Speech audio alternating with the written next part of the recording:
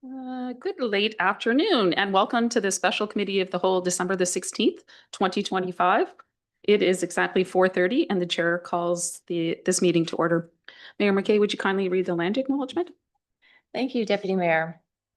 I would like to acknowledge Wolfville is situated in Mi'kma'ki, the ancestral and the unceded territory of the Mi'kmaq, and as such, ask that we conduct our business with the 7 sacred teachings in mind: truth, honesty, love, courage, respect, wisdom, and humility. Thank you, Mayor McKay.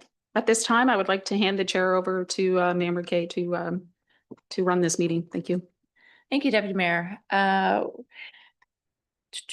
We'll have approval of the agenda. There's no changes to the agenda. There are no changes. Great. Then the agenda will be approved as circulated. Are there any declarations of conflict of interest? Seeing none, thank you. And we'll move on to public input. Our notes for public input are that all speakers of the town will conduct their business with the 7 sacred teachings in mind. Truth, honesty, love, courage, respect, wisdom, and humility. The members of the public participating in public input will conduct themselves in a manner that is respectful to council, public, and staff.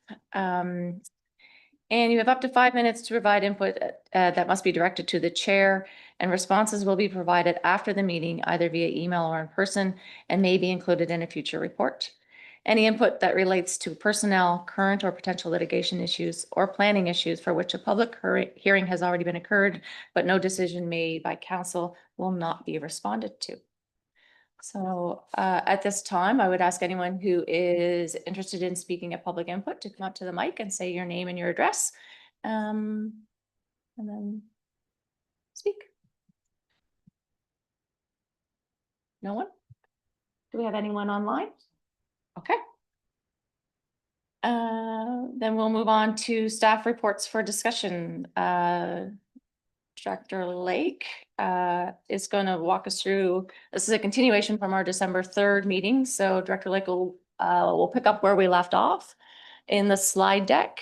As soon as he gets situated, Jacob is coming, but is held up in traffic. So he'll join Devin at the table when he arrives. Laura, I might just make sure I don't. What slide there? Just the slide deck would be great. Thank you.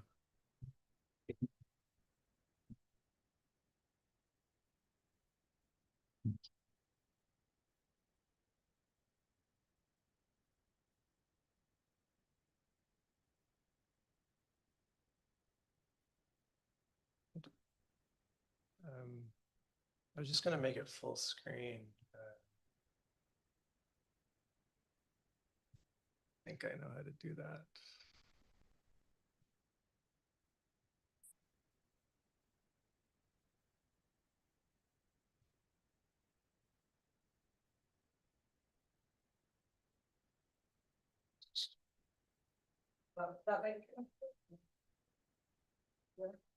Yeah. Full screen mode is at the bottom. Yeah, it's down at the bottom there. There it is. Right. Great, thank you. Mayor and Council, good afternoon. I will be joined, as the mayor mentioned, by Jacob Ritchie, who's from Fathom Studios. So he's just going to come in and sit down so we don't interrupt the meeting. I do have a couple of planning staff with me in the back of the room. So Lindsay Slade is back there, who's been working on this file, and Mark Fredericks is our senior planner, who's also been working on this. So they may just come up to the microphone if needed, or I could pass them the microphone.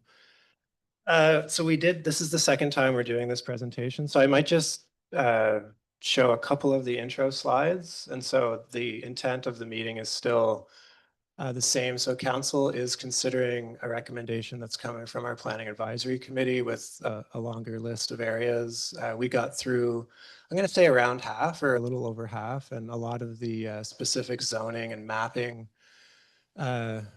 took a significant amount of time. So that was the bulk of the last meeting.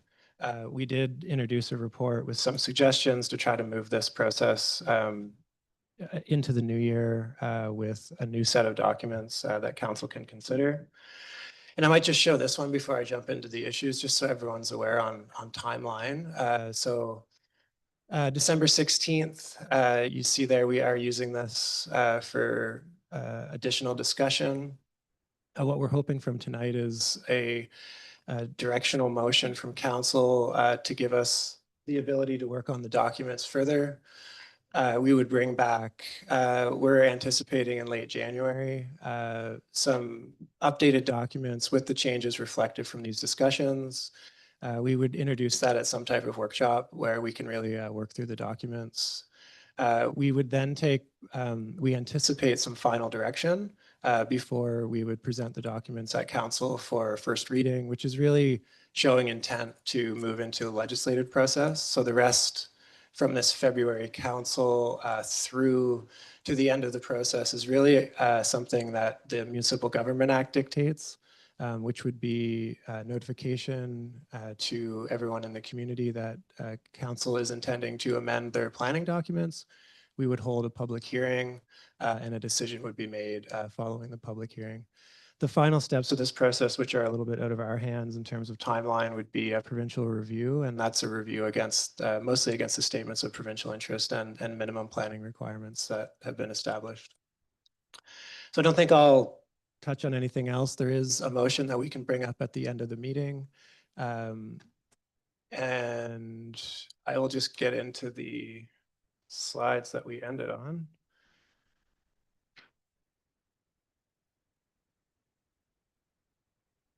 So yeah, I'm going to dive right into the building height.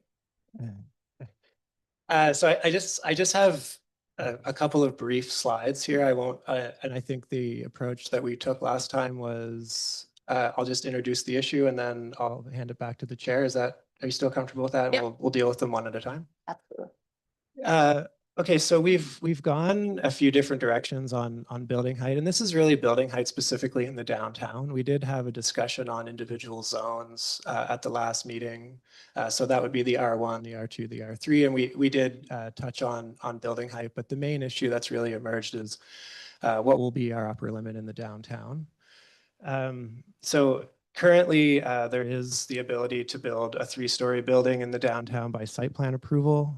So that's just in a simplified format. That's a process that's approved through staff with prescriptive guidance in the land use bylaw. We do have the ability to approve up to 4 stories by development agreement, and we have in the current documents kind of a bonusing or a public benefit criteria. So essentially, what council considers in those scenarios is someone comes in and they want to do a 4-story building, and there's a negotiation and essentially a site-specific land use bylaw that's created for that property that does involve an extensive negotiation, oftentimes a very lengthy negotiation, and it's often around what are the public benefits associated with providing the private developer additional development rights. That's essentially what we do now.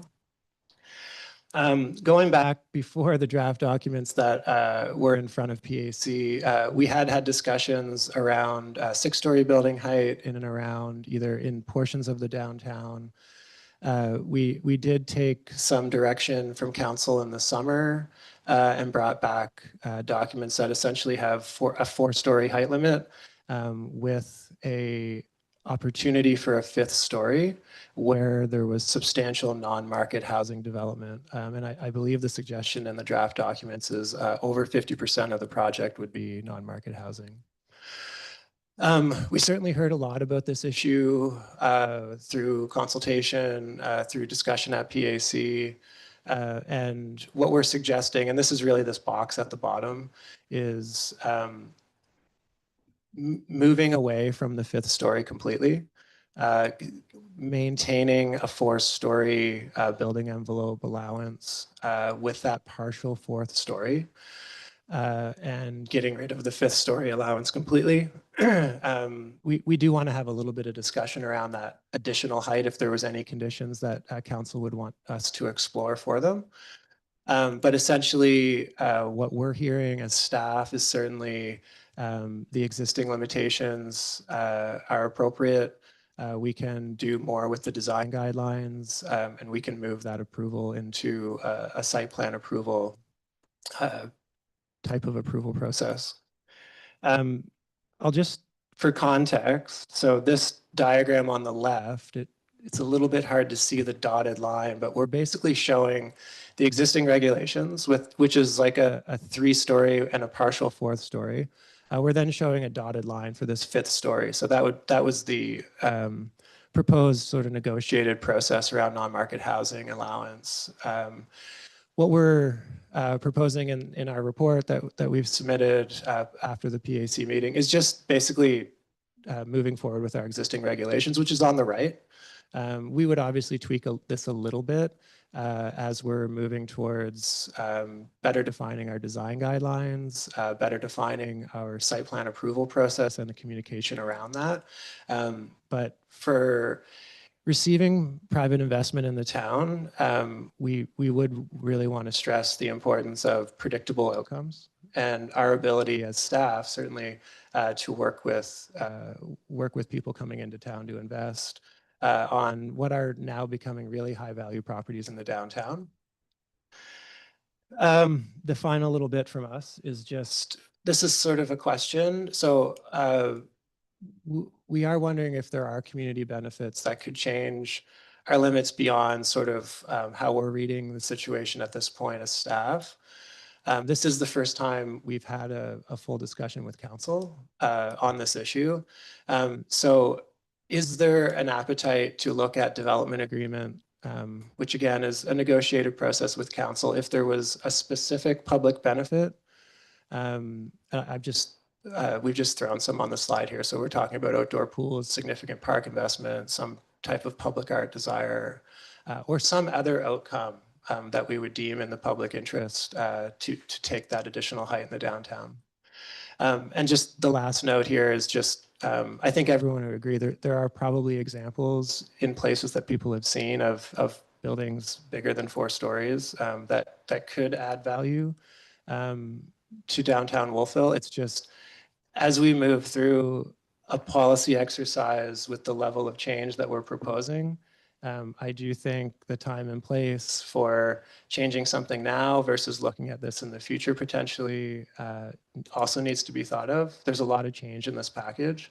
And certainly from my seat anyway, we're really trying to move this to a conclusion in early 2026. I think, yeah, so that's all we have on building. Just a little bit of an intro. Great. Thank you. I'm going to open the floor up for comments or questions on the building height topic. Deputy Mayor? Do you have any sort of examples of beautiful 5- and 6-story buildings that would work in Wolfville and where they would go? We didn't bring images. We didn't bring representative images or spots where they would go. It was just the idea that you guys have a vernacular architecture in Wolfville that speaks to your history, and you can have that same architecture and those same design criteria in a new building, especially where we're being so strict on the street wall at 3 stories. The patterns of the windows, the cornice height, the top line of your parapet on the street wall can all match the architecture that you all know and love in Wolfville.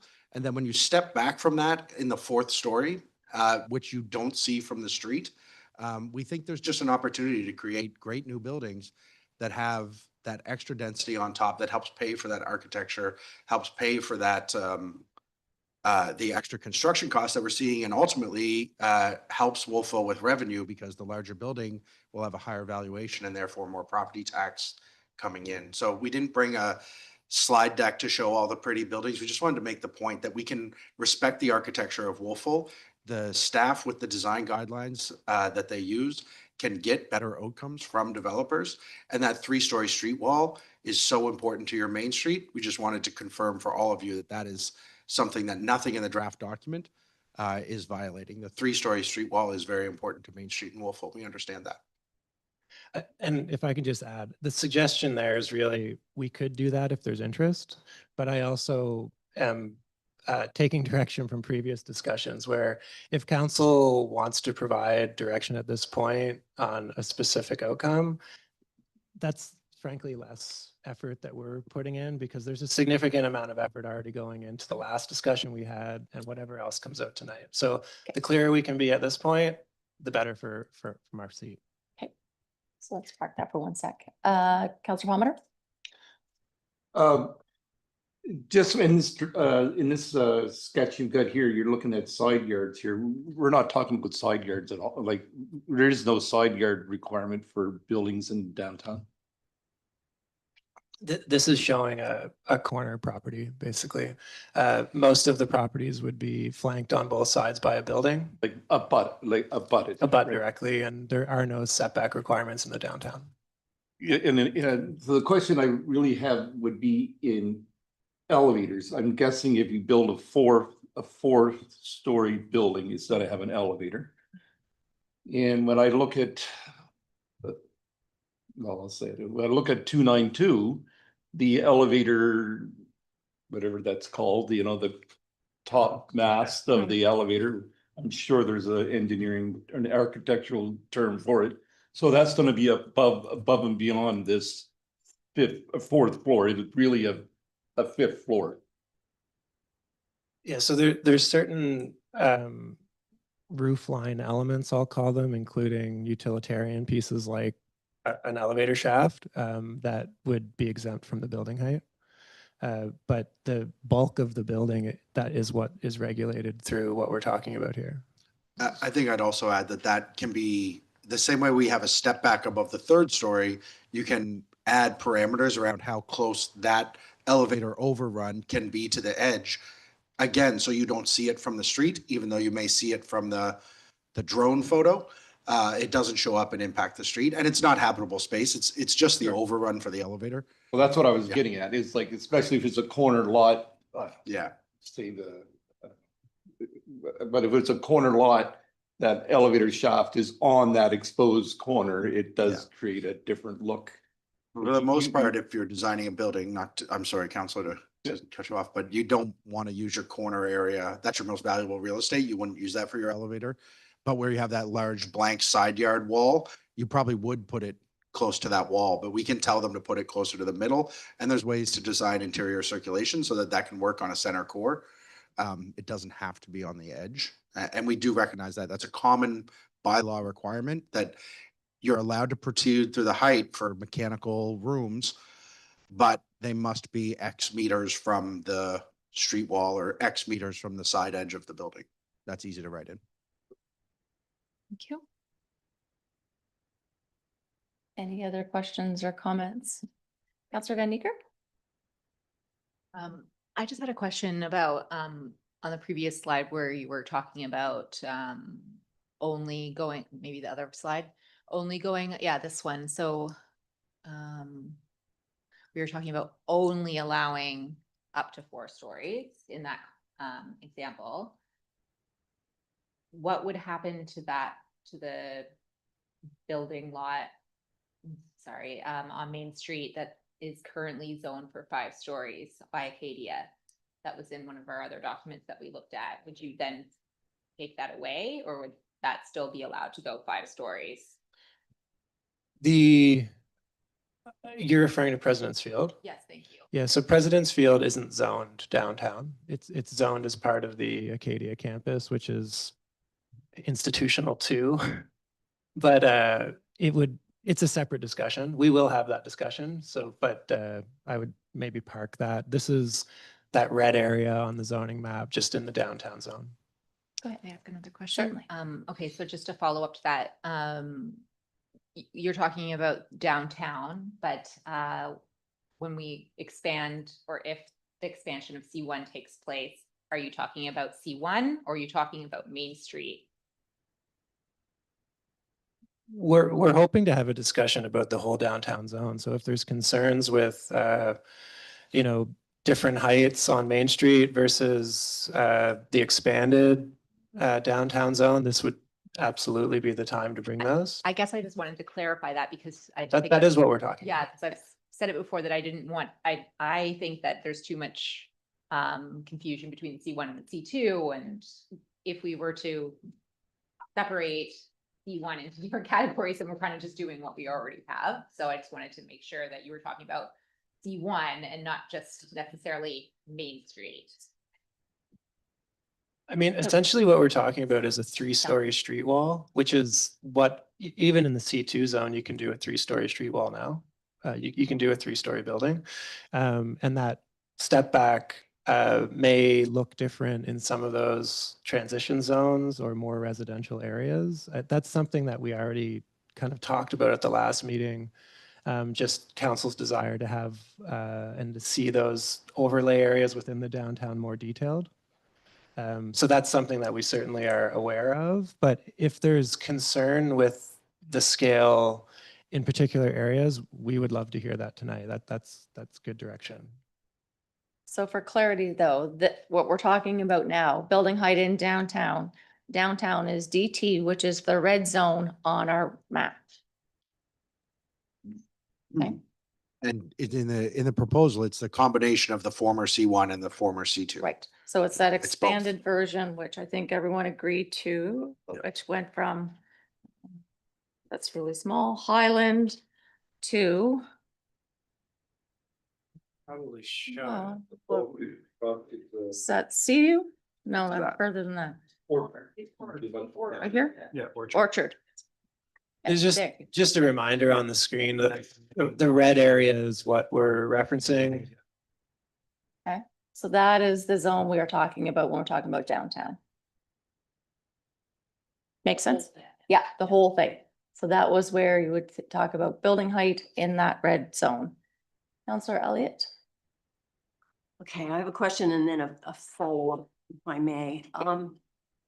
I remember being in this room when there was kind of a furor about the micro boutique building across the street. People felt very strongly. And there were a number of things that were promised by the developer. One of them was a green roof. Did we ever get a green roof across the street? Not that I'm aware of on 336 Main Street. I wasn't a part of that original. No, I'm not suggesting that. No, but I guess I just have not a lot of good regard for some of the projects that have been presented. And I overall feel like height is my biggest issue. I voted against 292 going as high as it has. And when I look at it now, I think I was right. That's my opinion. You can all outvote me. But I just wanted to state that. Thank you. Any other? Yeah, Deputy Mayor.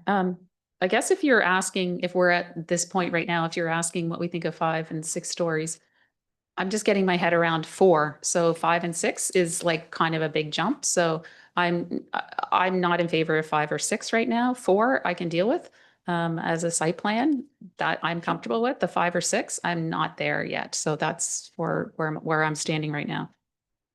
Thank you, Is it- Deputy Mayor. Yeah. May I respond or just provide some context there? Yeah. Thank you, Mrs. Mayor and Deputy Mayor. The question that we are asking is really not to say 5 or 6 today. We understand that. It's really wanting to introduce the idea of what benefits would be worth more height. Is there any benefit worth more height? So we had talked about 5 stories through development agreement for someone who's building a nonprofit housing building, right? So that was where we were sort of saying, okay, 5 stories we could live with perhaps with nonprofit housing. And what staff and the consultants wanted to talk about was, well, what other benefits could height bring? And is that a conversation we could have with council tonight, where you think about significant park investments, contribution to an outdoor pool, public art, and rather than it being a promise through a discretionary process without it being written into contract, these would be contributions that are written into the development agreement, which is a contract in law on the land that carries beyond the current ownership. So development agreements lock onto land as a benefit and a burden to the land. So you would get that money when the development comes forward, or you'll get that contribution. So that's why we added 5 and 6, was to probe the idea of getting benefits out of private capital to help your town. And that's why we added it that way. But we recognize 5 and 6 is difficult to think about and has been a challenge for community and council. Thank you. Councilor Palmer? What about the, like, so you're talking, 4 stories, but some of these lots are pretty small. So you'd envision filling these lots being filled completely with 4-story buildings? Like when I look at some of the, I don't know, if you look at some of the lots that are, I don't know where they would be, but without saying any names of any landlords around, but there's a couple on Gaspereau that are fairly small lots. So you can envision those being torn down, demolished, and in a 4-story building being put on and filling the whole lot. That's how you would envision the building of these things? I mean, in really simplistic terms, potentially. Yeah, that's the nature of zoning in many ways, is we are applying a fairly broad brush. That's why we have design guidelines. That's why we have our design review committee, to try to not be as prescriptive so someone can't actually meet the requirements because of it's often lot constraints. And one of our members of design review committees here tonight, we have had success with taking some of the subjectivity out of it by having a peer review through our design review committee, having their design professionals have to actually sit down with us and go through what the intent and the principles that we're trying to achieve in our downtown are. So it's not just taking that and plopping it down on a site. It's there's much more to the review and requirements that we would bring to the table. I think it's like I've said several times, is like, I'm not opposed to 3 and 4 stories as long as they look good. And it is, I mean, the Porter property downtown, I think looks really classy. I don't really like it. But we just don't want ugly boxes. So the design review committee has their hands full, making sure that so everyone would go under the design review committee. Every property that's in orange would be faced with a design review committee opinion. We're proposing that through the site plan approval process, we would have the design review committee involved. We're also proposing better notification, which we'll get into tonight around site plan approval, so that I can explain that when we get to it. I won't jump ahead. Yeah, that sounds good. Okay, all right, thank you.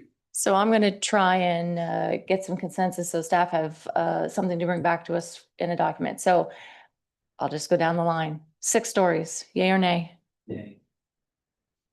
In exchange for a pool. Well, again, yes. Is that what we're talking? Yeah, Because, I mean, In exchange, well, hold on. So is there any, so are we flat out 6 stories? No matter what the trade-off? Because that's the question. Yes or?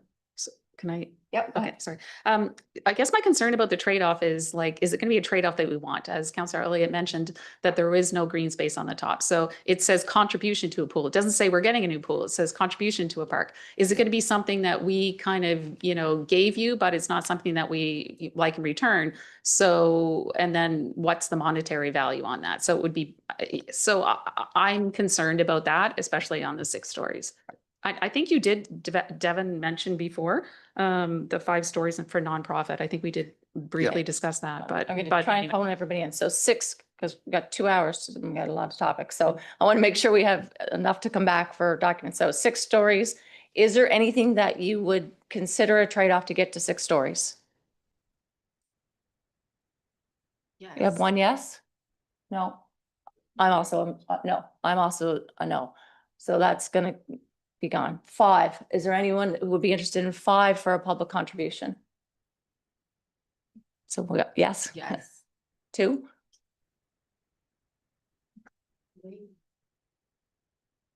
Maybe say yes. No. I too am a no on that one. So we're split on that. So it would have to be determine what what that would be. And so we would have to say, we would have to give direction to say, and then everyone would have to agree or not. If it's not. It would have to be, because I struggle with the profit housing, because it becomes, everyone wants everyone to have housing, but if it's not the right fit and it doesn't fit into the downtown core, you're asking us to make an impossible choice. The character of our town or housing for people. I don't know how anyone in this seat would ever make that decision. So I'm not sure how you do that. And it would be for future councils, and I'm not sure how I would feel about putting people in that spot. Go ahead. Can I just ask, so in the scenario where there might be an opportunity to have a public outdoor pool built, would we not want to consider an additional story or two for something like that? But if Yeah. we could make it such that that was the Someone would have trade-off, to we're buy not, it. we're talking about anything here. Like, is there anything? And in my opinion, having an outdoor pool for my kids to swim in would be Yeah. amazing. So to me, that would be something. I Okay. don't know. So that's one. So we're at 5. Is there any amount of money or contribution that would say 5 stories you could live with? No. Ian? Jen? Okay, so 5 is off. 4, with the setback that is what we have pretty much now, are we fine with that? What the drawing is on the, Be like this one. thank you.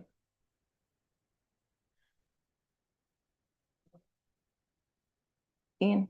I can accept the 4 as long as the design review committee is looking at everything. Okay, Jen? Agreed with Council Palmer. Okay, okay, agreed.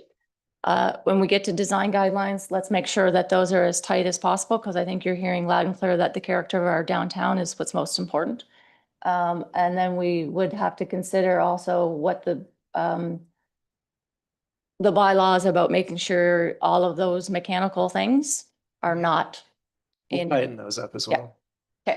Okay. Can I just add a final comment? Yeah. So we'll bring back 4 stories.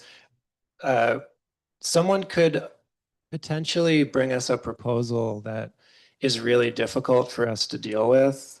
It could be for any number of reasons. It's probably because of the site they have. We would still cap that with where we're going today. You can propose a 4-story building, and if they want to get into more site-specific regulation, that can still come to council. We use the term unique and site-specific to be able to guide that into an approval process through council. It's really if our site plan requirements that we have set up can't respond to what they're doing, but we would still cap it at this massing. Okay, Can I just ask a Yeah, question? sure. Is there still if we move 4-story to site plan approval, is there still an opportunity for us to engage in the public contributions? Or are we sort of leaving that off the table now? that would be a site plan approval. Yeah, so if there was a desire for trade-offs with council through a negotiation, that would be through a development agreement. Development agreement. Yes. Yes. And to be clear, I think through the research that we've done, the 4 stories is a way to entice development to your downtown where your profit as a town, profit or your revenue coming from your tax versus your cost of service is best for you. So we want more density, more value. That's where the high value land is. You're really marginal at 3 stories. That's why you've seen limited redevelopment. You've seen some, but the rents inside there are very high. So we think 4 stories makes more sites possible with these design controls to keep your character in place. But really, there's not a lot of extra juice on top of that. Really, we're incentivizing development where you want it, which is in your core, and in a way that you want it, which is in keeping with the character of your town. In keeping with the character of your town does come with cost, right? But that's cost that benefits everyone long-term, your touristic value, the aesthetic, the feel, this all stays for Wolfville. And that's really what we're hearing that you want, which is a powerful calling card for a town like Wolfville. Thank you. Thank you. Are you good on that one? Yep. Okay, I would just say on this one too, just to remind everyone, I just want to say this again, there's a lot of change. We will do another plan review at some point, and this issue will probably come up again.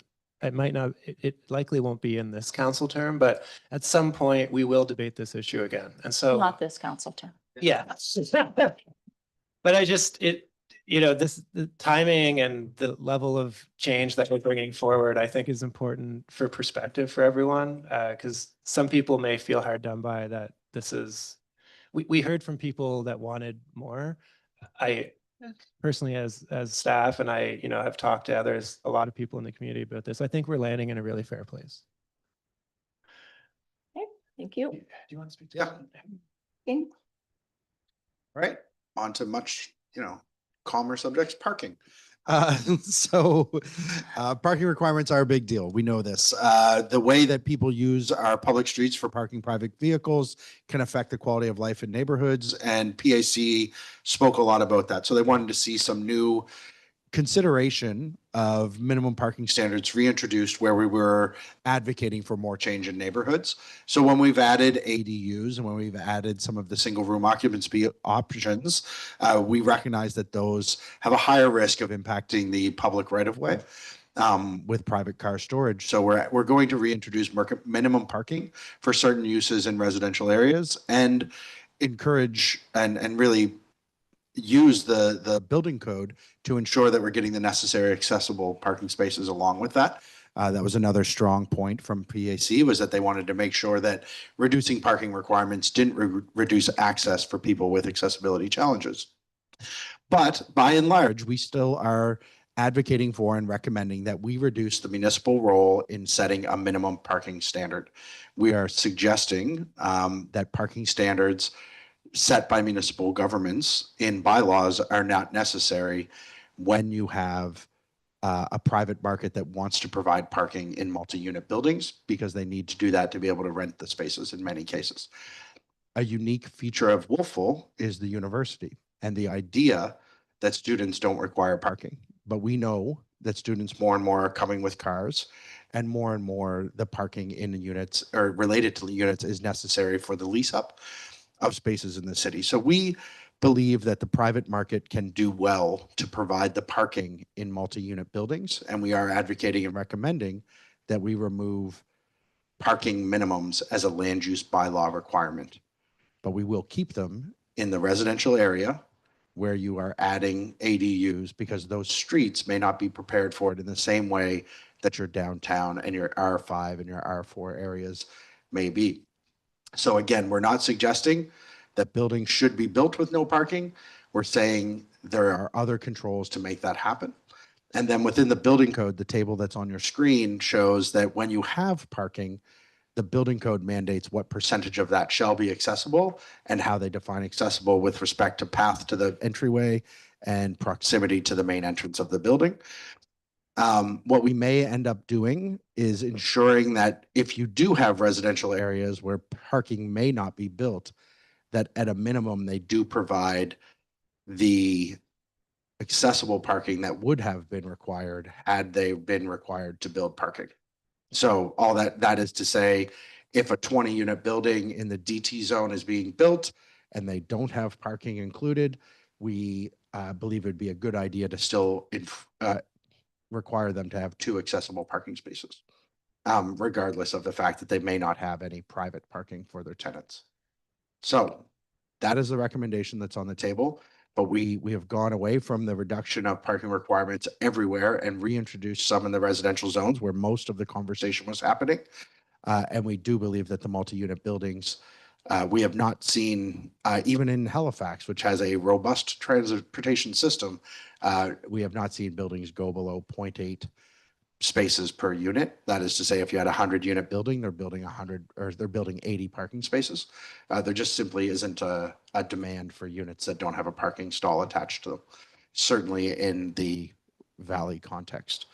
Acadia makes that slightly different, but we haven't seen a big drive towards that in small towns, even if they have a university with a high percentage of student population.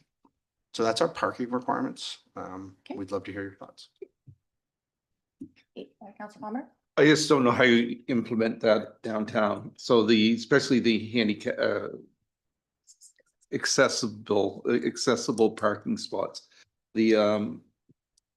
let's just take the subway, for example. The subway does not have its own parking spots, right? If somebody bought that building and stuck another 3 floors on it, where are they gonna put the parking spots? Are you talking about if they redevelop the site? Yeah, I mean, they would put underground parking in, would be the expectation. You mean adding stories on top of the subway existing structure? well, that's, would be my guess. That's what they're gonna do. That's what Ian did. Oh, So how do you deal I with mean, that was, we did deal with that with Ian, with, yeah, so there was that,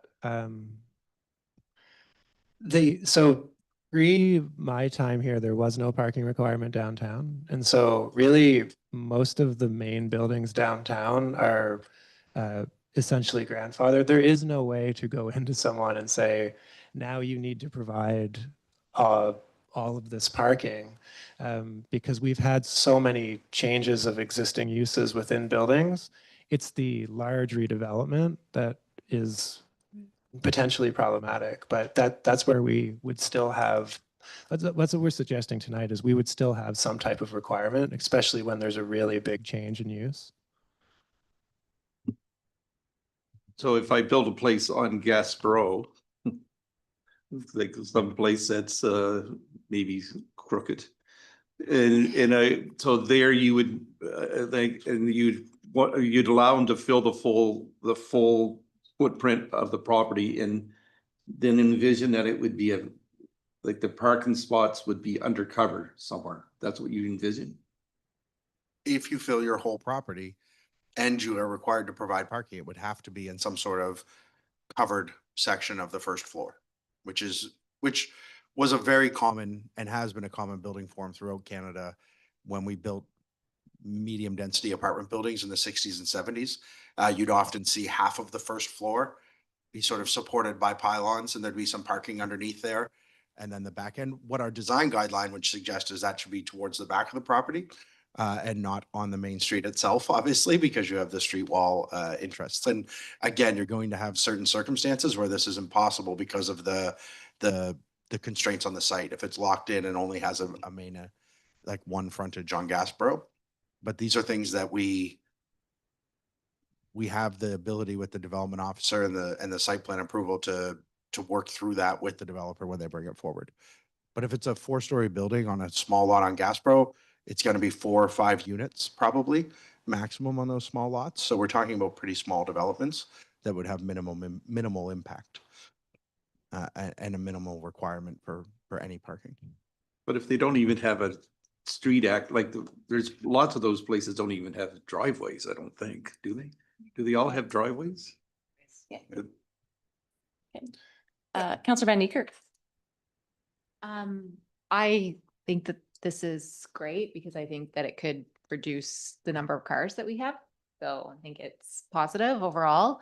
And you know, I like the idea that right now, the developer on Gas Row, if they build a 4-story building, they have to provide that many parking spots for every single unit. But if they wanted to build them and rent them without parking, that's their choice. That might be reduced rent, might be cheaper apartments, more affordable because it doesn't come with a parking spot. And that's kind of the downside. But the flip side of that is you're downtown, walk to everything.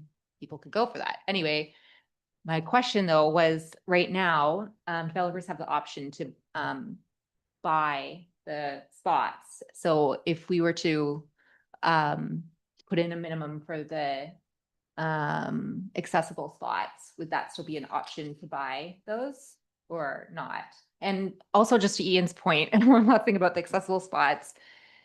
If a developer wanted to do something on the subway building where there is no parking right now, but let's say they have 20 units and they're required to do 2 spots that they can't buy, they're not going to do underground parking for 2 spots if they weren't going to do any spots at all. Do you know what I mean? So there's a couple of things there. So we are looking at, that's what some of the standards and other requirements would be some equivalence when someone cannot meet it. So we would have to have some type, it's called cash in lieu, is what we've used in the past. So there has to be a few different ways to meet the requirement to respond to many different contexts that we end up receiving.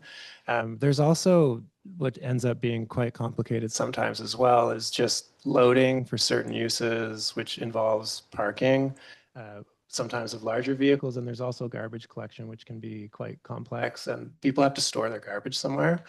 So when we look at these through a site plan process, these are the types of circulation issues that we would be looking at. And just from my experience dealing with parking, the larger buildings will be providing parking. The product isn't very marketable, as Jacob said, without that. So, a brand new large building, it's hard to rent without some level of parking. And all the projects that have happened in Wolfville have parking in them to some extent. I think where we really need to differentiate is there's quite a bit of, I call it nuisance parking, and there's an enforcement and management of that by the town that is really important. And so that's not really in the land use bylaw, that's more in the minimum property standards. And we all can think of properties where that has been an issue. And that's something that we're also working with our compliance staff and something that's coming to council as part of the budget process is just looking at how we're managing parking in the downtown, how we're going to respond to things like eventually building a larger parking lot in the downtown. So I think there's a bit of a pathway that this council has certainly led the way on to really lead with some proactive management of parking so that we can make moves like this. Thank you. If I can talk too about the accessible parking challenge. Yep.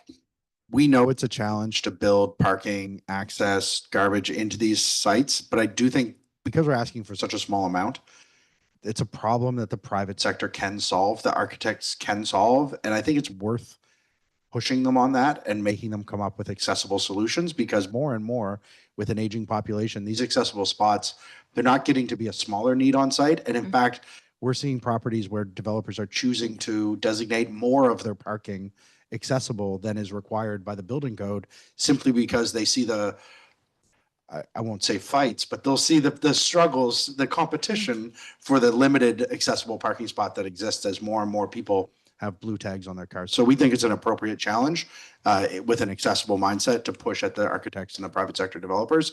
And because it's only one or two, they can mix it in with the rest of their site circulation questions. So on this one, we heard when we did our discussion on R1, 2, 3, and 4, I think it was. Are we looking at all of so R1 and R2, we said, please put parking on the lots because they were in areas that are residential. So that had to be accommodated there. And then the ones where you would have a larger development, the parking requirement would be removed aside from whatever the accessible, I'm assuming we all agree that the accessible units are what we want to see. Okay. So that would be a yes. So do we leave it up to the private market to decide what parking is based on, well, a site plan approval and then the private investment based on what they would require to fill their spaces? Their apartments. Okay with that? Yep. It would be the.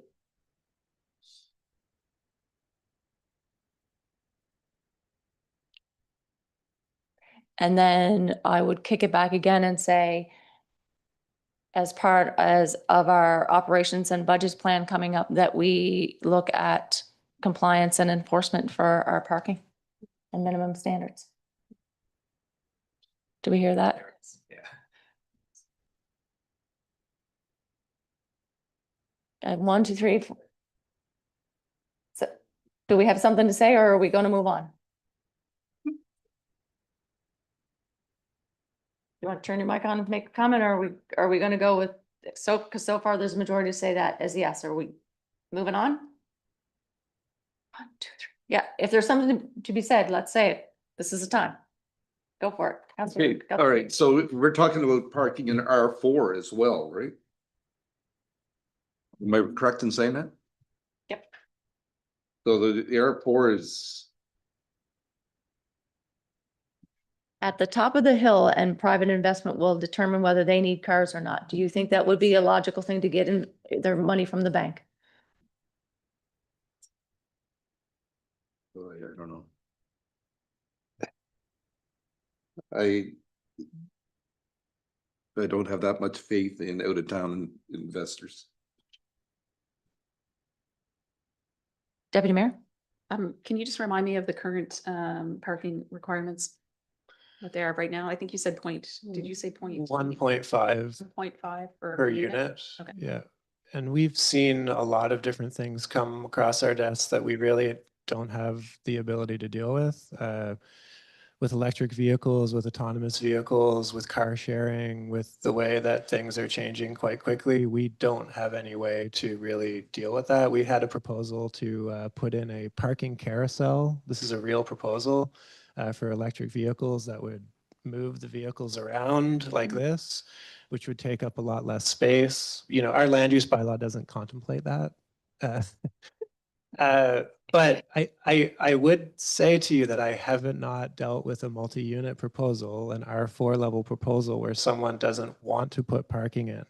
When we speak with the design review committee, something that we've really tried to push for is not having a whole sea of surface parking.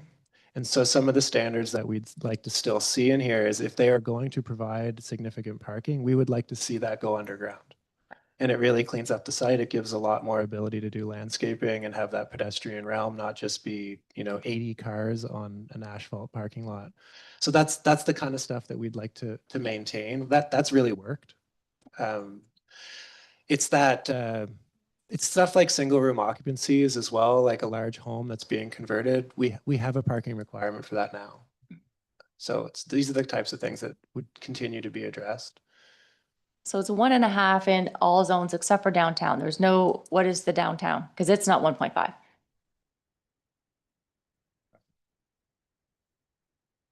1.25 1.25. in the downtown. An interesting framing, if it helps at all, is to wonder aloud to yourself, perhaps, if you would rent an apartment in any of the areas that are R5 or R4 without a parking spot. And I don't think that's likely. And if you wouldn't rent there, I think the market would have a hard time building it without the spot. And in many cases, because they're larger lots, they're going to have space for surface parking at 2 stalls per unit, which is helpful for downsizers.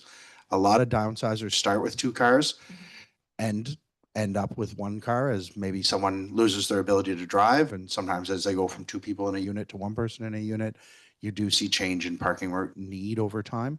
But we just think this is a place where the market can play and regulation doesn't have to be involved, and it gets you out of it. So am I hearing accessibility is a definite yes? And it is in the R1, R2, that those zones where they were residential to make sure that the streets are safe there. And are we saying no parking requirements for the remainder? So 3, 4s downtown, multi-use. 5s, I guess, 4 or 5s, multi-use downtowns. Counselor Palmer? Yeah, I guess I'm trying to do math in my head. If I have an R2 property and I have 3 residents on it, I'm just doing math in my head. 1.5 times 3 is 4.5, and I don't know what a half a car is, so that means 5 parking spots. Would we do that in the R2 though? Because that is only. Well, allowed to that's what have we're talking 3 about. Yes, but well, what would we put as an R2 though? Because that would, because now we put the R2 will be 3 units. And the most you can have though is 2 bedrooms. Yeah, so the biggest challenge we have is the lots are significantly large in the low density areas, and they can provide parking. The challenge we've had, and Jacob's been really helpful for us to kind of push us a little bit on this, is we need to require, if someone wants to do a conversion and add another unit, they need to put a parking stall on their site, and it needs to not be in the front yard. And because what we're seeing is a really easy parking stall created, and the entire frontage of these places is vehicles. Yeah. And so that's the type, when I say standards, that's really where we would like to go with this, is you must provide your parking on site, and it must not only a portion of your front yard can be dedicated to parking. And that's been, to be just honest with you, a real challenge because people Without just start parking on the grass. But that's what we're talking about 5 parking spots in R2. I think what we would bring you is a reduced requirement and that we would require them to provide the parking that they have on their site. And so that they're not slinging cars all over the neighborhood. And if they can't do it, they can't build it.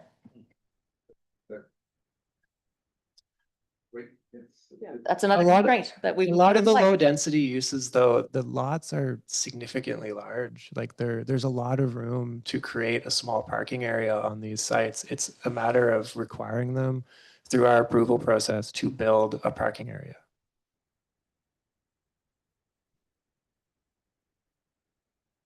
So bring back parking requirements for R1 to R3 and what that would look like and what, and lot coverage based on the feedback we gave you from the last meeting. And then our 4s, 5s, multi-use downtown. Are we saying no parking requirements? Do you want to reduce the parking requirements or do you want to leave them as they are? That's the question we need them to bring back for feedback. Or do you want information on somewhere in between any of those things, I guess? So let's say this, are we happy with 1.5 at their parking spots? Or are we okay with reducing it from 1.5 to something less? Reducing? Yeah. Okay, so we're. One, two, three. Yeah, R4, R5, multi-use downtown. Well, downtown's 1.25. Okay, so okay, let's go R4, R5. Down, no, sorry, R4, R5, multi-use. We'll look at downtown separately. Are we okay with are we taking them, 1.5 is what it is now. Are we dropping it to less? If we say yes, what is the suggestion? 1 or 0.8? Much depends on micro transit. Yes.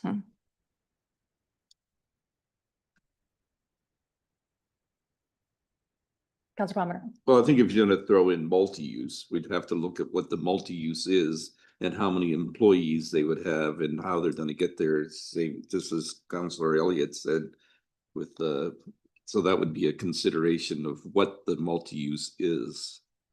I would be leery of dropping it too far to. This is only based on residential spaces, right?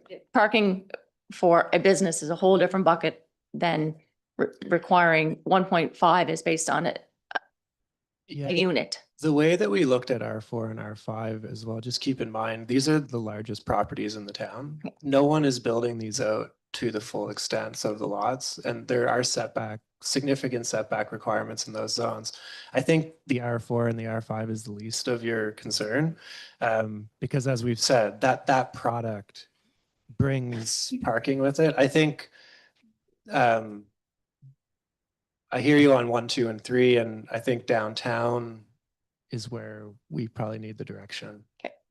So are we okay with R4 and R5 not having parking requirements? Yes, okay, yes.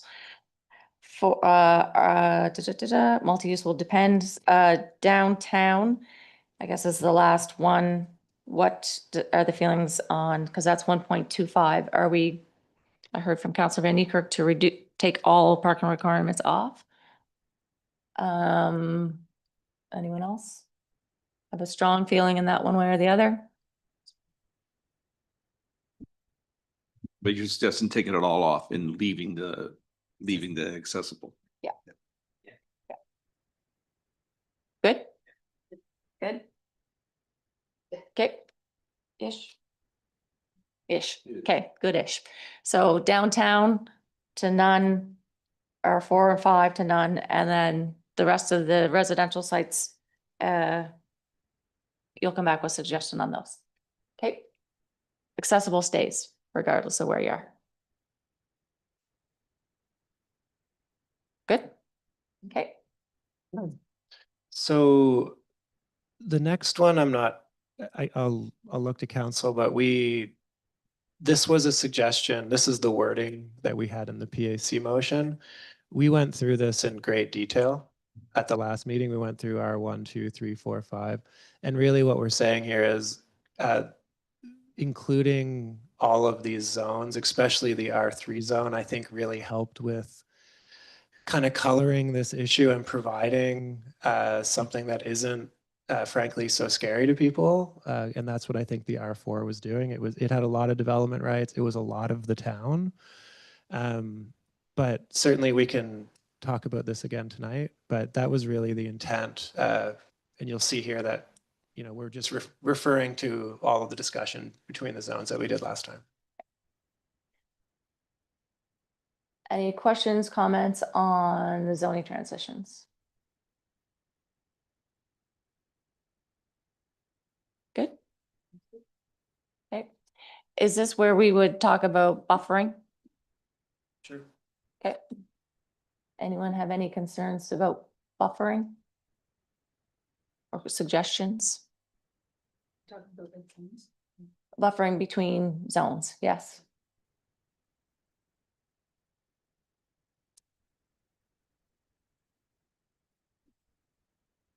Counselor Williams? The main issue, as far as I can see, is where you need a buffer between two quite contrasting zones. For example, R2 and the mixed use, for example. That to me is something that needs to be sorted out. Anyone else have a comment on that? I would agree.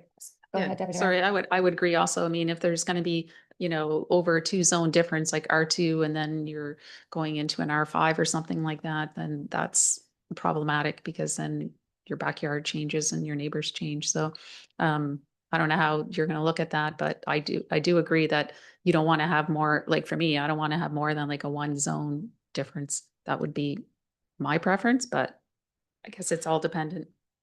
The way we would deal with that now is, and we are planning, just for everyone's peace of mind, we are planning to sort of focus in on those buffering requirements, particularly with some of the examples that you're talking about. So in certain cases, we would increase the setback requirement. That's a typical tool that we would use. The other tool that has been used here and is used quite widely is things like a solid wood fence of a certain height with a double row of like cedar plantings that essentially create a sound and visual barrier between uses. Sometimes there's natural buffering, and so it is a bit of a context sensitive issue, especially on very large lots. Sometimes it's a challenge to ask someone to, you know, build a fence for 400 feet along the back of their property. But we've heard a lot about the buffering in our conversations as well, and council's really been echoing that. So I think we'll really highlight that, and when we bring it back, everyone can take a closer look, if that makes sense. Yeah, yeah. I think, I do think that the gradual transition between, as shown on the diagram, is good. I think buffering and ensuring that's, what do we call it, social impact for people is minimized. I think buffering setbacks, I'd like to see those in detail because those are really important to the enjoyment of your own backyard. So we can kick those back to us with further detail in the next one.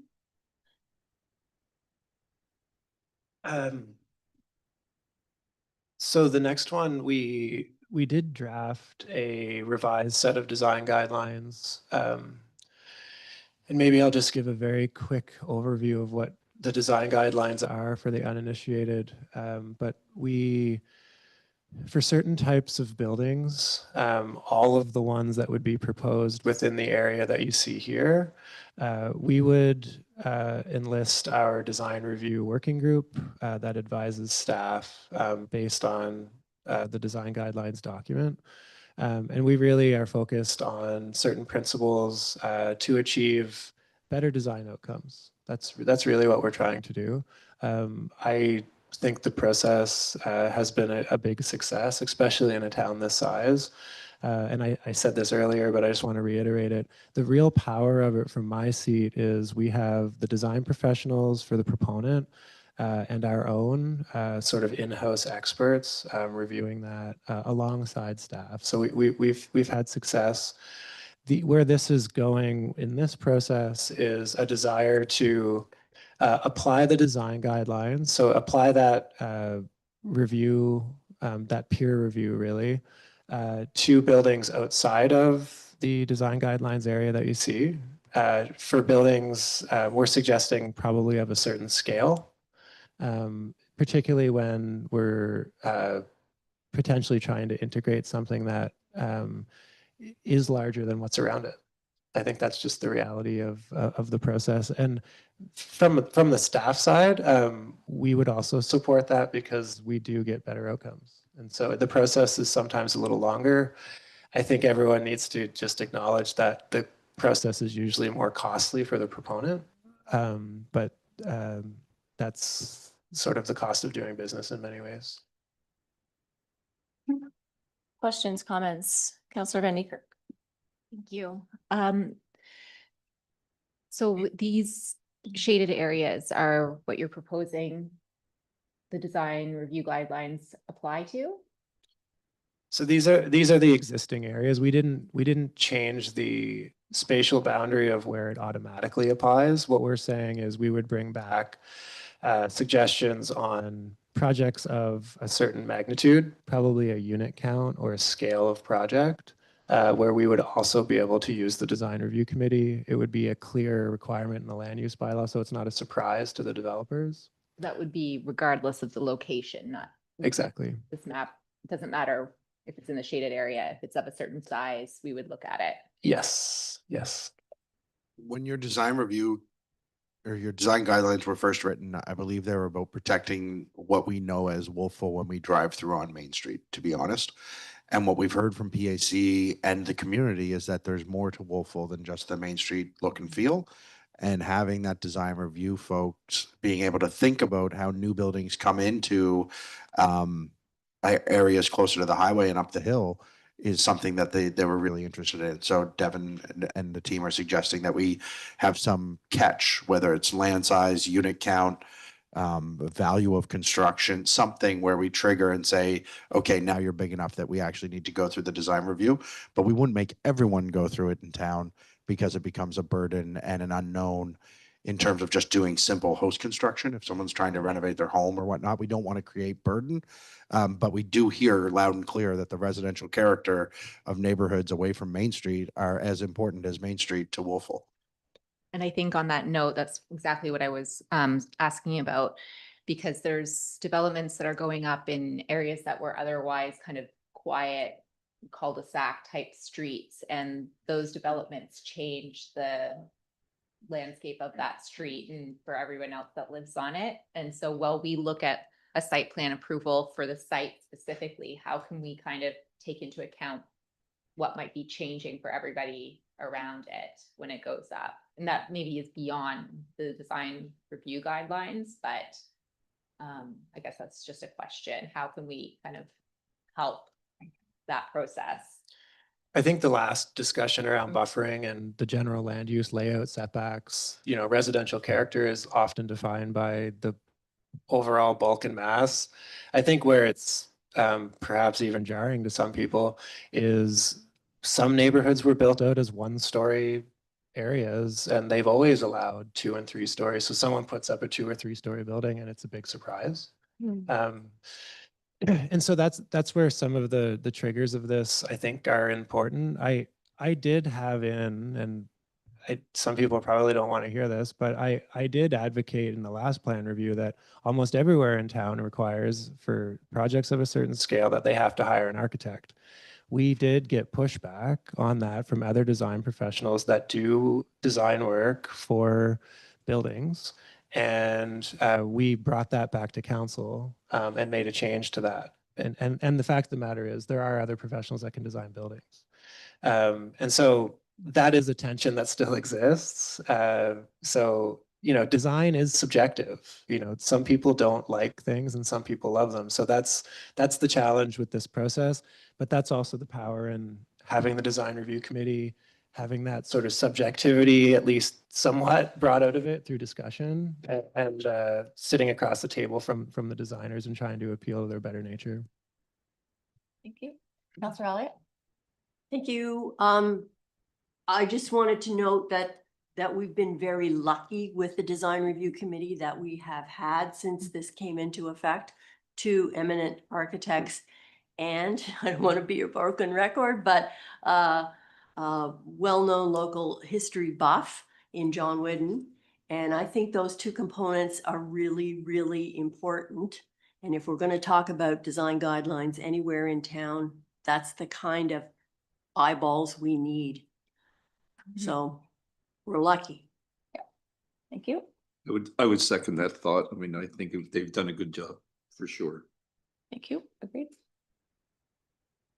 So I'm hearing that we want to see design guidelines throughout town, and you're going to bring back the size and scale that those would be implemented on. I would suggest that that has the social impact lens as well. As Councillor Bendy said, when it changes the dynamic of a street, that's kind of when things go awry. And then when we have our design guideline committee, I would concur that I think we're very lucky to have the people we have. And do we have guidelines to say who's on our design guideline committee? I was like, maybe. We've gone through a couple of iterations around that. The most recent is it is a working group that staff manages, and we I don't want to say we beg people, but we have there isn't that many design professionals. We do have a fairly clear mandate in terms of the expertise that we're looking for, because there are citizen membership spots for planning issues on other committees. So this is more of a technical professional look that we're looking for. So just for everyone's information, we've had multiple architects on the committee. We've asked almost all of the ones in town. Some of them are on it. We have a landscape architect that really contributes a lot to the site planning and the landscape of a project. We've had John Whidden, who's a heritage expert in the town. So that's really, and then, staff are there, and we're bringing in other expertise as we need it. But yeah, we do have a terms of reference. We do have to, thank you. That's what I was asking for. Perfect. We talked about at one point as well that council would go through the process with the design guideline committee. I think that would be helpful because we have never done that. And I still think we should do that. So we have a good understanding of what could come in, what the process is, so that we have a full understanding of what it is. And Yep. maybe PAC as Yep. well. Planning. PAC committee. Okay.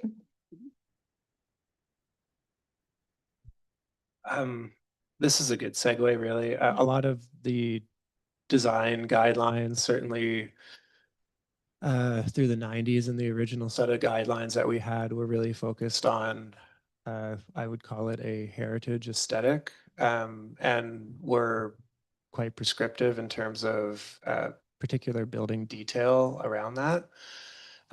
We still have a lot of that existing, but I think a lot of the heritage discussion, certainly in my time, has mostly been around the built environment and specific private investment that's coming into town. I think what one of our PAC members is trying to articulate is the town needs to come up with a strategy about our role in both heritage and culture planning, programming, our role with things like Randall House. That's why I have this image here. How we're treating, other heritage assets that we own, like the library is a registered asset. We have the old burying ground as well that we manage. So there's a lot of different pieces to that. We're suggesting that that's its own piece of work that we should look into. We are suggesting we would bring that as part of council's budget deliberations. I'm not sure we would have the capacity in-house to run that at the level that the community and council would expect. And so we'd probably want to bring someone in to advise council on that. Thank you. Questions, comments on heritage?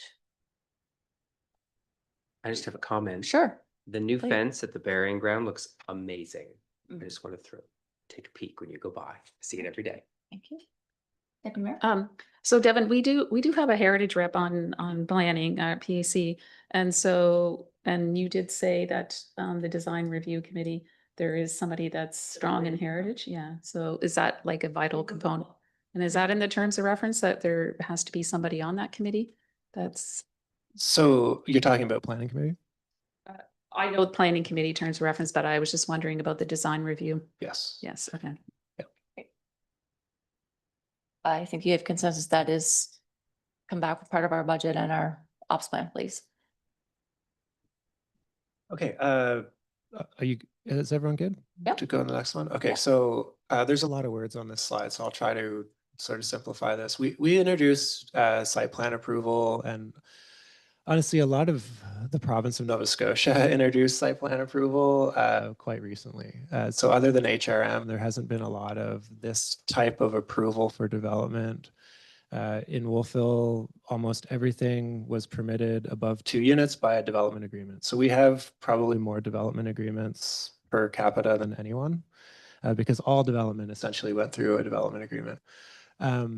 So we've been using site plan approval. Some folks at this table would have gone through a site plan approval appeal. And the biggest thing I think that we've taken away from site plan approval is just where you have a community where 20 plus years of every development going through development agreement and having a particular process that we've really trained the community on. Site plan approval is very confusing, frankly. And so, you know, Mark's been working with it as well. Mark's our senior planner is here. And he has different observations of it working in other municipalities as well. And I think the biggest thing is just to take away from what's on the slide is we essentially let people know about site plan approval when it's approved. And what we're suggesting is there is a level of detail and a level of notification that can go out at time of application. The challenge for staff is we often don't have a finished application when they apply. And so to sort of advertise that is a lot of expectations management from day one. But certainly what we can do and what we've been talking about is to say to everyone, this application has been received. Here are the requirements that they will be expected to meet through our land use bylaw, because that is public information. Often sometimes there's 4 and 5 professionals that we're requiring someone to hire. That could be a couple types of engineers. It could be an architect. It could be a landscape architect as well. So that takes time. It also involves how much room there is in the market for someone to hire someone. People are very busy right now. So all of that to say is we would like to continue to really focus on site plan approval because we think there's a lot of success in it. There's a lot of better expectations management for when you have someone coming in and spending millions or tens of millions of dollars on what they can expect the outcome to be. It's not to say that development agreements aren't still a useful tool. I think for, like I was saying earlier, unique and site-specific cases, absolutely we need development agreements and we need negotiation with council and that additional oversight. It also doesn't preclude things like rezoning applications that come to council. So there's a significant process with a rezoning application. But really, a lot of this Housing Accelerator Fund process has really tried to focus in on fine-tuning our site plan approval process, moving different uses into this category, and then sort of buffering it with things like the design review committee. What we're suggesting is to have a better notification system. And yeah, I think that's a good summary. I'm not sure it's we've really fine-tuned this enough or trained people enough after 20 plus years of development agreements, as to say. Councillor Williams. Yeah, item 4, where if approved, that's when you tell the affected parties surrounding the property that it's been approved, but they can appeal it. Can you think of an example of where an appeal has been successful? So we've had one appeal. Essentially what's happening on an appeal is your council is turning into a semi-judicial body that is testing their own land use bylaw and whether staff did their job of running a process that we said we would run. That's really what council turns into. You're turning into the development officer. But you don't have any more authority to, the development rights of that person who's looking to invest in their property are the same, right? So it's an additional oversight. I would say that if staff are doing their job, then we would probably try to have a conversation with the appellant to say, you know, this is really clear. Sometimes there is an area that probably should be discussed and there should be oversight from council, but no, not in our experience, there hasn't been that. Okay, Councillor Elliott.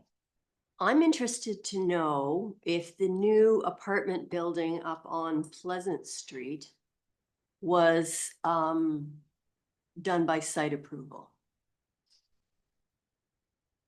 I believe so, but I wasn't that involved, so I don't really want to get into sort of how that was done, but site plan approval, yes. I'm just concerned about setbacks, and that building looks fine if it's back in on the property and not on the sidewalk. Same thing with the new apartment on Maple Avenue. Just the setbacks aren't there, and is having it as a development agreement with it when they're buildings that size the only way to have an overview of that kind of placement?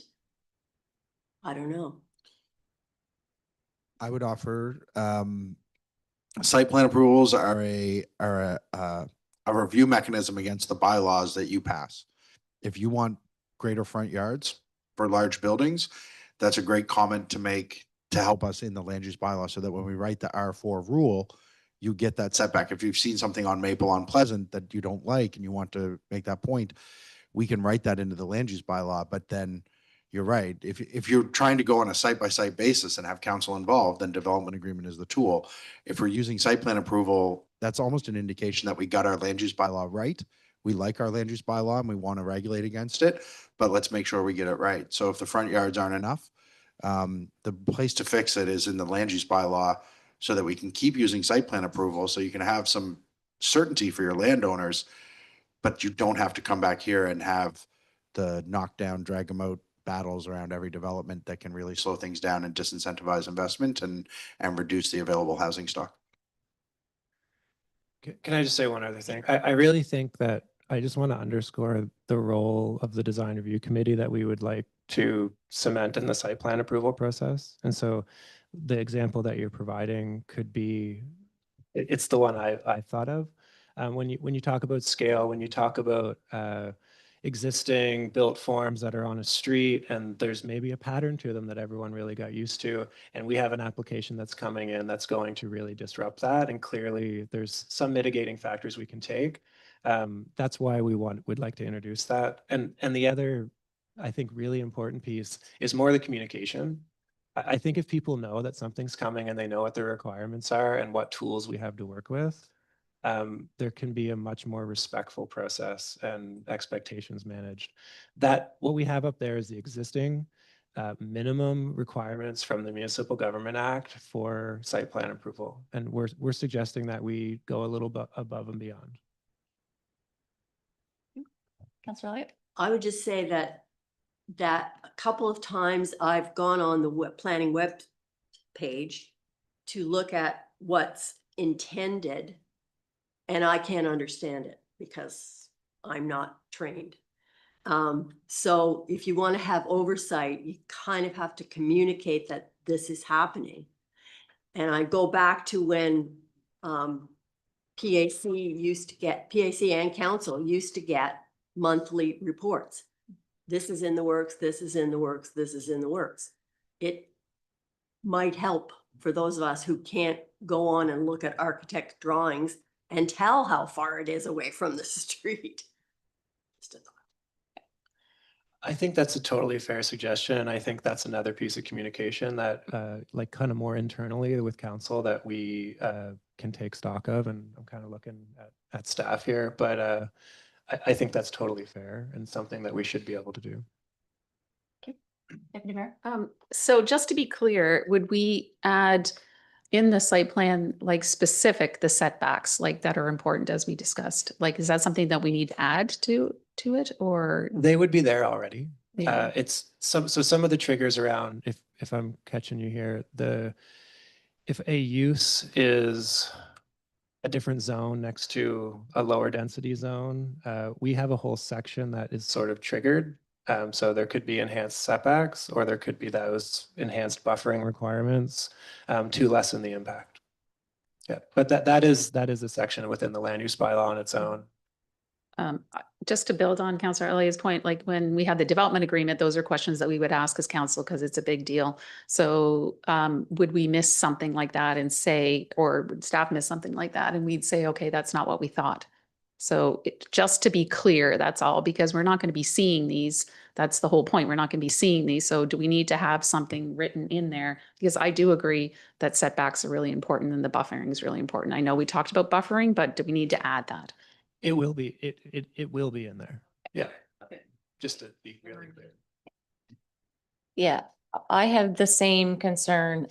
And I know there's a whole bunch of checklists that go along with when you're doing a site plan approval for, I'll use the one on Pleasant as well. There was parking, probably lot coverage, the whole 9 yards. I still think it's an absolute atrocity. I think it looks terrible and we should have had the design guidelines look at that. And so now that we're looking at all the different spaces, hopefully that won't happen again.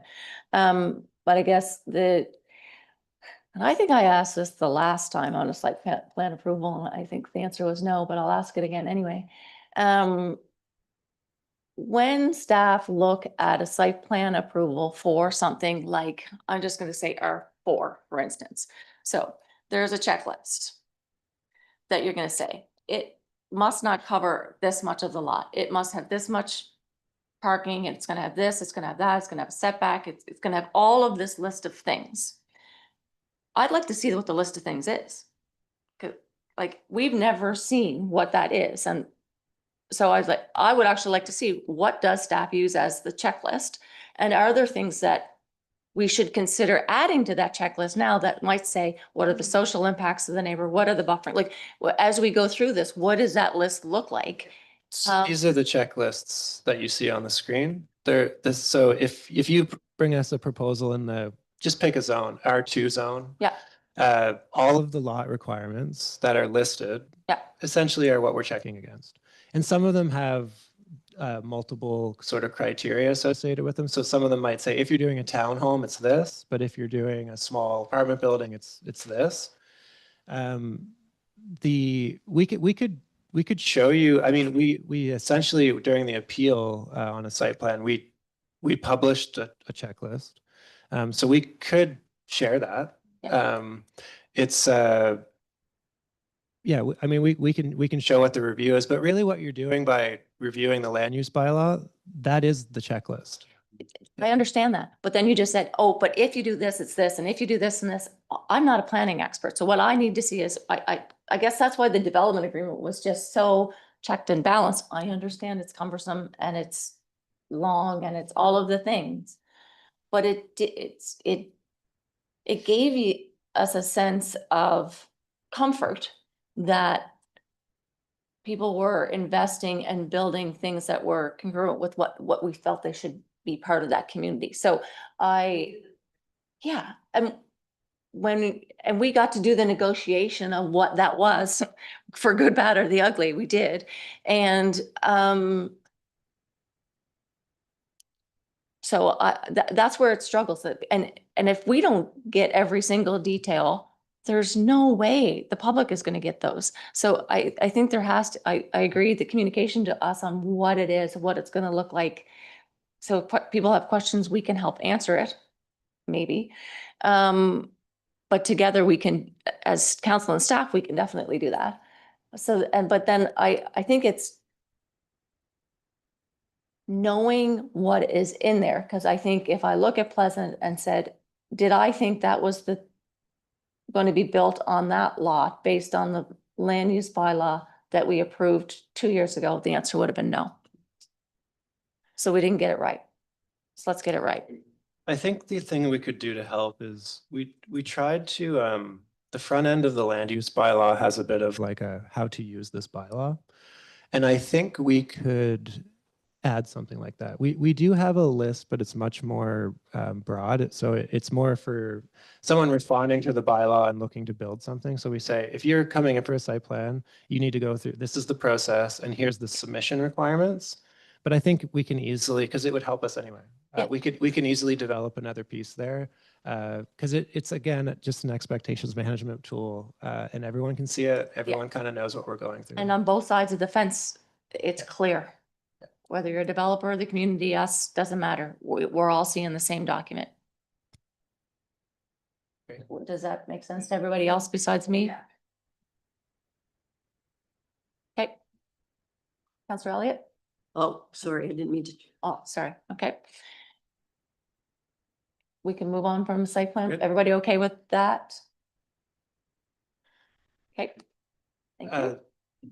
This one might be quicker, but this is, we have general requirements around sort of nuisance lighting. These are always very context sensitive. This also plays into some of the privacy and buffering issues that people have brought up. But we're not really proposing to make any big changes to outdoor lighting. We have enforced inappropriate lighting, inappropriate fixtures that point directly at people's properties or in windows. But it always it's kind of it depends. We're trying to respect people's property rights, to have safe lighting, especially in the downtown, while also sort of balancing it literally being a complete nuisance to some people. Thank you. Counselor Elliott? That's all good. Just one little addendum. I keep thinking of the chimney swifts. And we do not know yet whether the lights on the parking lot at Roby Tufts have affected them or not, but they're not there anymore. So is that some kind of nature component to that? Possible. I'll take a note about it. I think again, it's a context piece. So yeah, we'll look at that one. I think I'd just offer for the council as well. You're often, we understand the chimney swifts may be affected by the light, but light is often coming from a safety perspective for humans as well. So you are often in it's a bit of a situation where you're trying to balance those. A lot of the requirements for light are well understood by policing agencies, security agencies, and public safety to make sure that people can walk safely in community and certainly in public spaces at night. And we know that we want to make the city or the town as safe as possible for everyone so they feel safe at night. It's a balance. It's a balance. Okay. Thank you. Oh, Counselor Palmer? So have you been able to, I don't know, correct any nuisance lights? Like been able to, like when you run into a wall with somebody? Like, have you ever had any success with it or not success?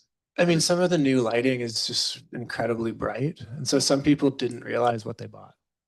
As is sometimes is the case. And they maybe don't realize how bright it is and they didn't realize it was a nuisance. So sometimes it's a conversation. Sometimes it's Nova Scotia Power putting a really large, Cobra street light that's new that people aren't used to. So it's a mix. And as Jacob said, there's a lot of trade-offs, particularly around public safety, to have lit roadways, lit sidewalks. I have been through this as an operator and a regulator on it, and there's a lot of aftermarket changes we can make around shielding at the edge of lights when we have specific complaints that come in. I can't speak for the town of Wolfville, but I know other jurisdictions are working with residents through the complaints line to find a way to shield or add things. It's not necessarily having to turn it off or buy a new fixture altogether. You can usually solve a problem with digital controls or an added shield to a light. So I have seen jurisdictions take take this in charge because people are not able to sleep at night with some of these new streetlights. Nova Scotia Power switched over to LED lights 10, 15 years ago, and this was a big issue in lots of communities. People were, posting on their MySpace at the time, maybe, about the issue with the new lights coming into their bedrooms, right? So we've seen this and people are getting better at directional lighting.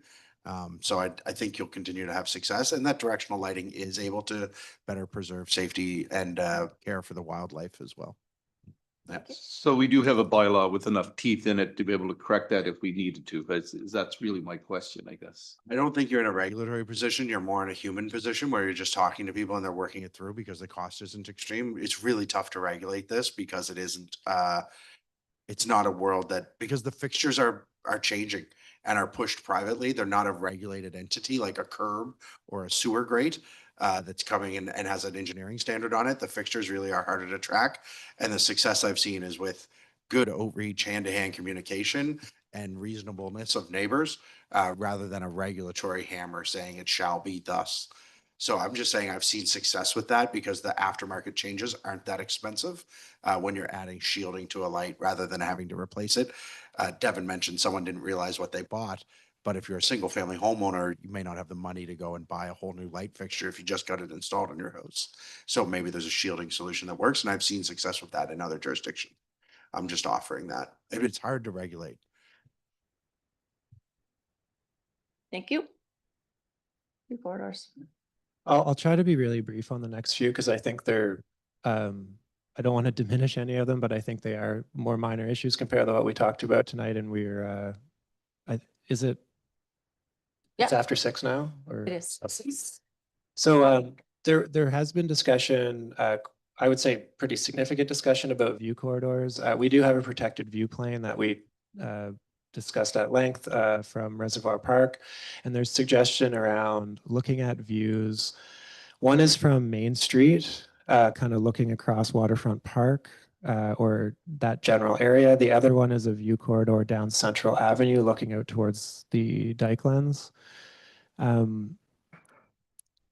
We are looking at both of these, but we have suggested here that some of this and some of the suggestions that have been made around views might sit well in a piece of heritage and culture work to maybe better define some of those. I think part of it certainly from the town's perspective is there might be opportunities in our public spaces to further enhance views through park investment. But some of them are really challenging if they're on, especially at the elevation that Main Street's on, and some of the sort of things that could potentially be in the way. But it's something that we definitely want to look at, and have taken those two views back, and we're still looking at them. I think that's suitable to come back and give us those. So, yep, thank you. This is simply saying that this was one of our Housing Accelerator Fund requirements. We feel like we have completed this, but what we've done is we've put our non-market housing aspirations into our municipal planning strategy. Part of this would come back to council. So we have developed a land bank. We'd really like to get through this plan review component, bring that back to council as a separate piece of work. There's also the town grant program that the remainder of the Housing Accelerator funds can be considered for to a different degree. But I think that's a focused discussion that needs to be brought back once we finish the plan review. And just a reminder, we would still have a couple of years to look at this. This was always identified as an action that had a front end component around the strategy and identifying what our role is, and then moving some of the sort of the town's ability to really impact this through land and through money into a process once we established where we were at with the funding. Great. So this, I would see coming back again as our part of the ops plan, that this staff will come back with recommendations and we'll decide on parameters later. I think in 2026, what Lindsay and I would be discussing would be bringing forward a project charter, a bit of a process for council. And also this really plays into kind of reconciling the rest of the funds that frankly, we wouldn't have a lot of use for. other than this programming or other community infrastructure that supports housing. Wonderful, thank you. And this is really just a housekeeping item to say that the municipal plan, from our perspective, is largely complete. So that's success as part of this. So we're really, it's a positive sign that we're down, like kind of in the brass tacks, talking about land use bylaw regulation. I won't read all of these, but there are some updates that we're doing to mapping. We did a piece of work with another consultant around mobility and active transportation that's being worked into that. But generally, that document is more at the copy editing, cleaning up. If you have things like that, we would welcome the comments. But that was really all we were going to say about that one. Wonderful, thank you. Good, Councillor Elliott? I just was gonna note, Devin, that a few weeks ago you said we have a culture of delivery here. It's been big buckets of stuff you've been delivering, you and Jacob and everybody else. So good luck. The rest, the next stage of delivery. If I could just make a final comment here, I think just to remind everyone, we're in really good shape with our Housing Accelerator Fund Action Plan. And I'm personally feeling, great coming out of these, that we will meet our requirements. I think there's another round of review and sort of thoughtful consideration that council wants to do and we will do. But this is just a checklist of the things that we've committed to. We're on track. So I think the last piece of this agenda is just, if council's comfortable with a motion. So this is that they will, the motion will say that council directs staff to make the changes to the draft planning documents and have the updated documents brought to a workshop in early 2026 before being considered for first reading, public advertising and scheduling of a public hearing. We're just giving ourselves the This is- ability to go and update the documents. They would come back to you. Yeah. Another round of revisions, I anticipate. Did you make a motion? I cannot. So someone want to make that motion? That would be great. I did read it just so everyone knew what it was. I will move that, but I can reread it. if you Sure, wish. that would be wonderful. Okay. Thank you. I would move that council direct staff to make changes to the draft planning documents and have the updated documents brought to a workshop in early 2026 before being considered for first reading, public advertising and scheduling of a public hearing. And that would be committee of the whole forward the following. I would Right. commit, yes. Yes, thank you. Do I have a seconder? Councillor Elliott? Any further discussion or comments on the motion? Hearing none, all in favor, signify by saying aye. Contrary minded, that is carried unanimously. Thank you to staff for bringing this. That was a big chunk of work to bring back to us. Thank you for all the time and in the engagement sessions along the way to get to this point, because I think we did a lot of listening and a lot of changing after the listening. So thank you for that. And thank you to council for coming so prepared with your succinct ideas to bring this back to staff so they can bring us the next iteration. Appreciate you all. Thank you. We are adjourned.